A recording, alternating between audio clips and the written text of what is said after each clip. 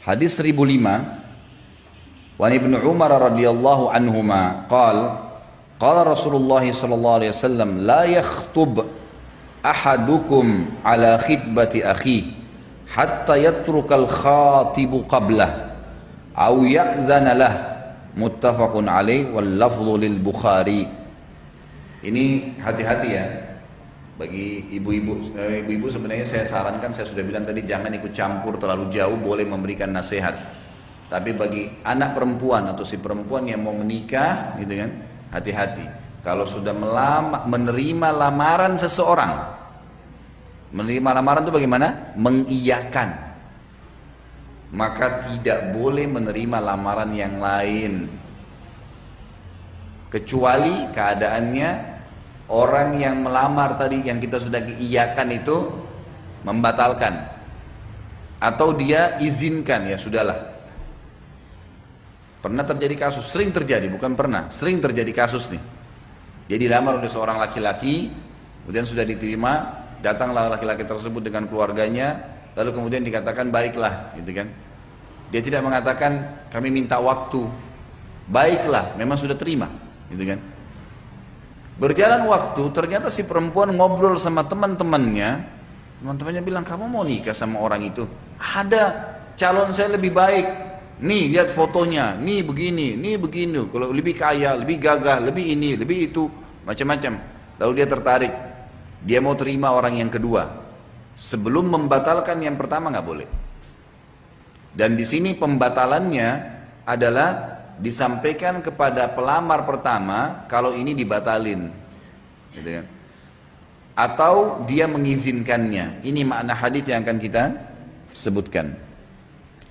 1005 berbunyi dari Ibnu Umar radhiyallahu anhuma bahwa Rasulullah sallallahu alaihi wasallam bersabda, janganlah seseorang di antara kamu melamar seseorang yang sedang dilamar saudaranya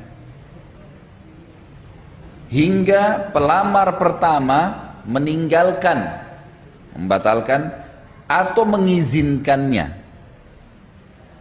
Jadi si perempuan ini harus berusaha menyampaikan kepada si pelamar pertama, tolonglah saya nggak bisa jalanin. Memang dia harus membatalkan dengan cara itu, karena syaratnya diizinkan oleh dia. Baiklah kalau gitu nggak apa-apa. Nah makanya nggak boleh sembarangan main terima. Wajar tuh kalau ada orang lagi dilamar anaknya, kami pertimbangkan dulu, itu benar itu. Jangan langsung iyakan, karena mengiyakan ada hukum syar'inya. Apalagi ada orang sudah menentukan hari, bulan, segala. Ada kasus salah satu orang yang saya tahu di bawah binaan saya gitu kan. Itu dia dilamar oleh seorang laki-laki, dua-duanya bagus, baik, tidak ada masalah. Tapi subhanallah, perempuan itu sudah pengen menikah, laki-laki juga pengen nikah. Tapi orang tuanya masih awam, belum ikut pengajian, nggak ngerti apa-apa.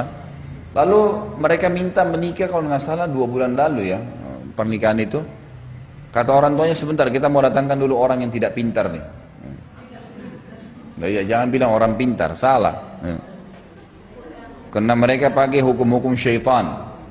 Panggil, tentukan tanggal, oh nggak cocok ini. Bulan ini nggak bisa, nanti panas kalau menikah. Apalah, rekayasa macam-macam. Sahabat itu kalau mau menikah, ibu sekalian tahu sahabat itu kalau tahu, ini ada mujahid nih, sahabat meninggal, istrinya ada. Mereka lewat depan rumahnya si perempuan sambil berkata apa? Wahai Ummu Fulan, kalau dia punya anak, misalnya Abdillah namanya, wahai Ummu Abdillah, kalau selesai masa iddamu beritahukan kepada kami. Artinya isyarat. Kalau kamu sudah selesai masa iddah, kamu mau nikah, saya siap melamar. Nanti kalau sudah selesai masa iddahnya, dia kirim seseorang mengatakan kepada laki-laki tersebut bahwasanya masa iddahnya Ummu Fulan sudah selesai. Dia nggak bilang datang lamar saya, enggak. Masa iddahnya sudah selesai, berarti dia mau kalau mau dilamar, gitu kan? Sampai begitu. Dan mereka menikah langsung, melamar menikah pada saat itu. Enggak pakai macam-macam acaranya. Ini harus tanggalnya, harinya, tempatnya, beragam macam hal, gitu kan? Lagian kalau juga gedung belum bisa, akad nikahkan dulu, nggak apa-apa, gitu kan? Akad nikah dulu, nanti mau dibuat acaranya 2 bulan lagi, tempat kosong, nggak apa-apa. Jangan kesian ditunda pernikahannya dia. Ini kadang-kadang karena umur kita sudah berumur, kita anggap syahwat kita sama dengan anak-anak muda ini, nggak bisa. Dia membutuhkan itu, gitu kan? Jadi nggak boleh sampai terjadi hal-hal yang bisa melanggar syar'i. Jadi di sini penting untuk diketahui, makanya kalau ada yang melamar jangan langsung diiyakan. Tapi kalaupun kita sudah lihat baik, tidak usah ragu. Jangan bilang mungkin nanti datang yang lebih baik, sudah nggak usah. Itu terlalu lama itu. Ini orang sudah mau makan, dihidangkan makanan. Nggak usah makan dulu deh, siapa tahu ada makanan lebih enak. Oh, udah lapar, makan ini bismillah. Selama makanan ini halal, baik, makan. Udah selesai. Gitu kan? Jangan terlalu rewel. Orang kadang-kadang tidak nikah itu rewel luar biasa gitu. Ada orang saya tahu laki-laki sampai sekarang umurnya hampir 50 nggak nikah-nikah. Masih ada hubungan kerabat sama saya gitu. Semoga Allah kasih hidayah. Kadang-kadang kalau ketemu saya godain. Kenapa nggak nikah akhi? Gitu. Dia tidak punya kekurangan fisik, masya Allah orangnya tinggi, putih, gagah orangnya, tapi nggak nikah-nikah. Saya tanya, kenapa nggak nikah? Gitu loh. Enggak, anak maunya nikah seperti Umi Ana. Harus seperti ibunya. Mau dapat di mana ibunya? Allah cuma ciptakan satu orang gitu. Nggak usah rewel, nikah gitu kan. Ini susah ini kalau mau cari seperti ibunya, gimana caranya? Makanya juga dari kecil anak-anak itu tanamkan. Saya bilang sama istri saya, anak-anak saya selalu begitu. Dan ingat ya, tidak aib dalam Islam berbicara dengan anak masalah pernikahan walaupun mereka masih kecil, tapi berbicara sesuai dengan akalnya. Anak saya bu, kelas 3 SD sudah biasa kadang-kadang kalau nanya, berarti kalau saya menikah nanti bagaimana? Saya nggak bilang nggak boleh ngomong itu nak, masih anak-anak, enggak. Oh insya Allah nak, kalau menikah nanti dengan laki-laki yang hafal Quran, orang saleh, terekam di benaknya dia, ini yang calon saya, dan dia tidak merasa aib atau berat untuk ngomong sama ayahnya, biarin. Kita enggak, anak-anak mau ngomong nikah ngapain? Enggak, jangan, biarin. Kalau tidak, gini bu ya, anak-anak itu kalau sudah melempar sebuah pertanyaan, berarti dia butuh apa? Jawaban. Kalau ibu nggak jawab, udah nggak usah bicara, pasti dia cari dari tempat lain. Kalau sumbernya benar, kalau sumbernya salah, bahaya ini. Setiap pertanyaan tanggapin, tapi sesuai dengan akalnya. Kan itu. Jadi kita mengatakan, oh ya nikah insya Allah nak. Nanti ada saatnya nikah, gitu kan? Nanti kalau nikah itu dengan orang soleh, hafal Quran, gitu kan? Jadi seperti itu. Kita memberitahukan masalah seperti ini. Jadi ini bagian-bagian daripada poin yang penting dalam pernikahan, tidak boleh spontan menerima, ya. Kecuali kita sudah tahu akan menikah dan kalau sudah menerima menikah saja, tidak usah terlalu berkhayal yang berlebihan, gitu kan? Kemudian kalaupun kita ragu, kita mengatakan kami minta waktu, dan minta waktu itu benar ya. Kami minta waktu seminggu misalnya, bermusyawarah dengan keluarga. Benar kita lakukan musyawarah, tidak ada rekayasa.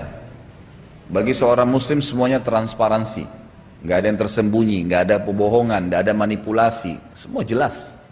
Iya, enggak, selesai. Maaf, kami belum bisa, nggak apa-apa. Nanti nggak enak perasaannya, loh enggak.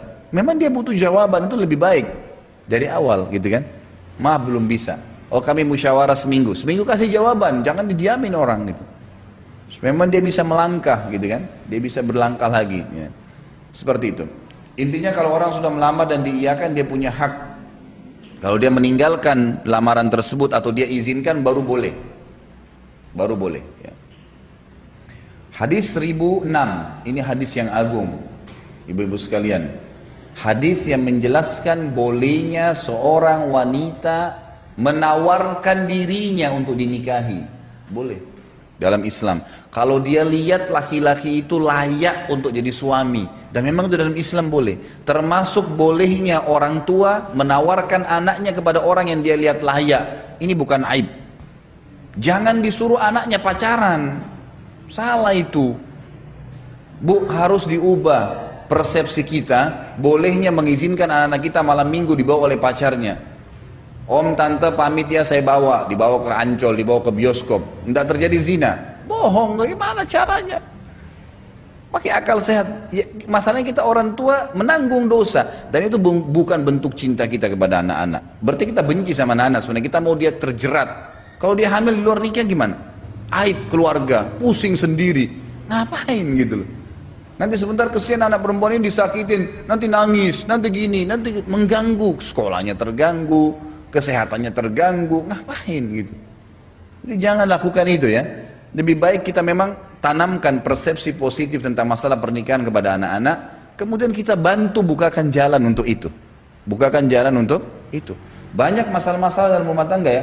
Ada ayah karena terlalu cinta dengan anak perempuannya ditunda-tunda anaknya sampai 35 tahun gak nikah-nikah. Kenapa ini? 40 tahun, 45 tahun dia sudah manufos, gak bisa punya anak, kesian gitu kan. Ada maslahatnya untuk apa ditunda? Ingat, orang tua yang mengizinkan anaknya nikah atau memudahkan, apalagi kalau anak perempuan ya, dijamin baginya surga. Ada jaminan surga bagi orang tuanya. Saya waktu nikah, saya bilang sama mertua saya, sekarang ini anak ini sudah jadi amanah saya. Kan itu? Saya bilang itu dipanggil Abi sama ini Abi sama Mama ini sudah lepas tanggung jawab. Sudah lepas tanggung jawab. Insya Allah ini tetap anak, tapi sudah jadi tanggung jawab saya. Sudah ada jaminan surga, tiket surga sudah ada. Jadi jangan ditahan-tahan, biarin mereka menikah, gitu kan? Jadi boleh ya menawarkan diri, tapi halnya dengan cara syar'i tentunya. Nanti kita lihat bagaimana seorang sahabiat Nabi datang kepada Nabi SAW menawarkan dirinya. Dan Nabi SAW melihat ke dia. Hukumnya tentang masalah melihat, gitu kan? Boleh juga orang tua yang menawarkan. Boleh juga orang tua yang menawarkan.